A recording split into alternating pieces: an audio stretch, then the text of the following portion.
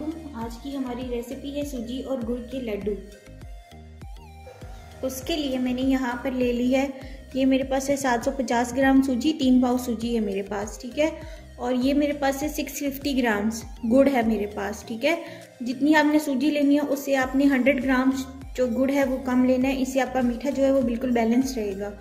और dry fruit में मेरे पास है पिस्ता, नारियल 2 to 3 टेबल स्पून जो मैंने कद्दूकश कर लिया है, इंजीर है मेरे पास 3 टेबल स्पून, बादाम मेरे पास है 3 टेबल स्पून, अखरोट है मेरे पास 3 टेबल स्पून, सफ़ेद तिल 3 टेबल स्पून, काजू 2 टेबल स्पून, और यहाँ मेरे पास किशमिश है 4 to 5 टेबल स्पून, ठीक है। तो चलिए अपनी रेसिपी स्टार्ट। एक सॉस पैन लेंगे, ठीक है, इसमें हम ये गुड़ डाल देंगे 650 ग्राम।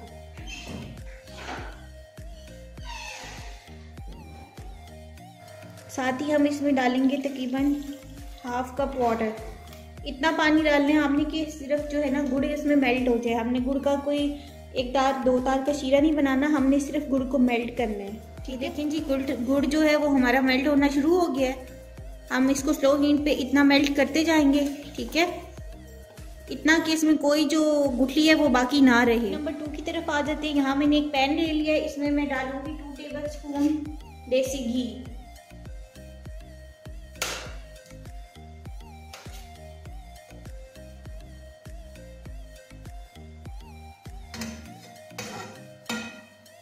इसको हम मेल्ट कर लेंगे। घी जो है हमारा ऑलमोस्ट मेल्ट हो चुका है। अब साथ ही हम इसमें ये डाल देंगे किशमिश 4 to 5 टेबल स्पून जो थी हमारे पास, और ये सारा ड्राई फ्रूट जो बाकी का हमारे पास था, इसकी क्वांटिटी में सबकी आपको पहले बता चुकी हूँ। ये सब हम इसमें डाल के इसको रोस्ट कर लेंगे 2 से 3 मिनट। आपने सारा ड्राई फ्रूट जो है वो हल्की आंच पे रोस्ट करना है, अदरवाइज ये सारा जल जाएगा।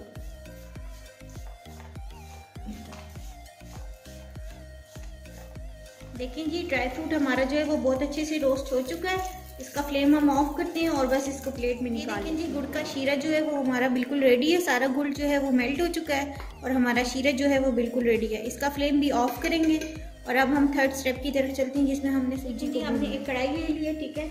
इसमें हम डालेंगे तकरीबन 4 to 5 टेबल स्पून हम ऑयल डालेंगे।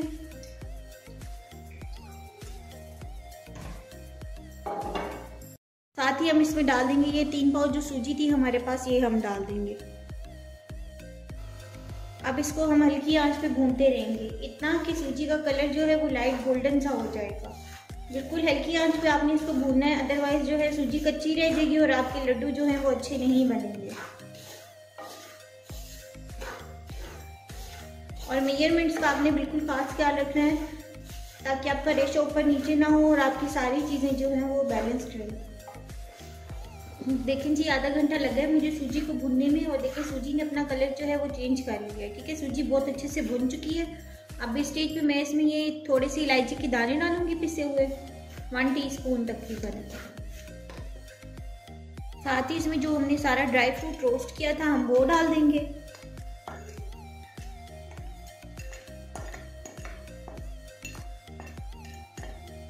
मिक्स करेंगे अच्छे से। नेक्स्ट हमने जो गुड़ का शीरा बनाया था हम वो डालेंगे। ये सारा आ जाएगा इसमें।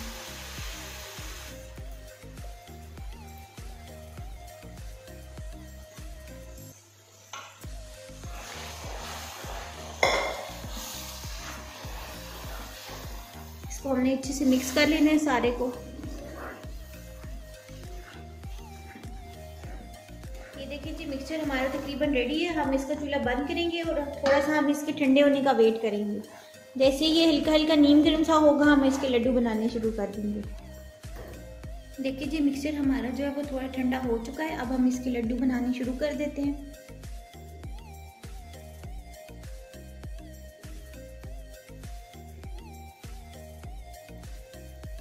बाइट साइज के आपने लड्डू बनाने हैं, बहुत बड़े बड़े नहीं बनाने, अदरवाइज फिर ज़ाया हो जाती है अगर कोई पूरा ना खाए तो। ये देखें, ये बन गया। अब हम इसको ये कोकोनट पाउडर में रोल करेंगे। ये आपकी मर्जी है, ऑप्शनल है, अगर आप चाहें तो करें, ना चाहें तो ना करें। इसी तरह हम बाकी के लड्डू भी बना लेंगे। कुछ को मैं कोकोनट में रोल करूँगी और कुछ मैं ऐसे ही छोड़ दूँगी।